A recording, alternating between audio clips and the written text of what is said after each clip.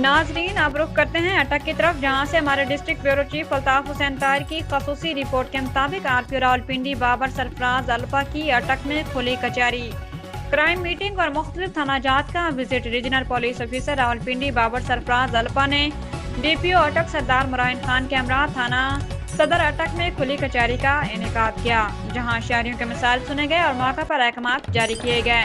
RPO ने कहा कि बरवक्त और शफाफ इंसाफ की फराहमी पुलिस की अवलिन तरजीह है। बाद डीपीओ ऑफिस अटक में क्राइम मीटिंग की सदारत की, जिसमें तमाम एसडीपीओज ने शिरकत की।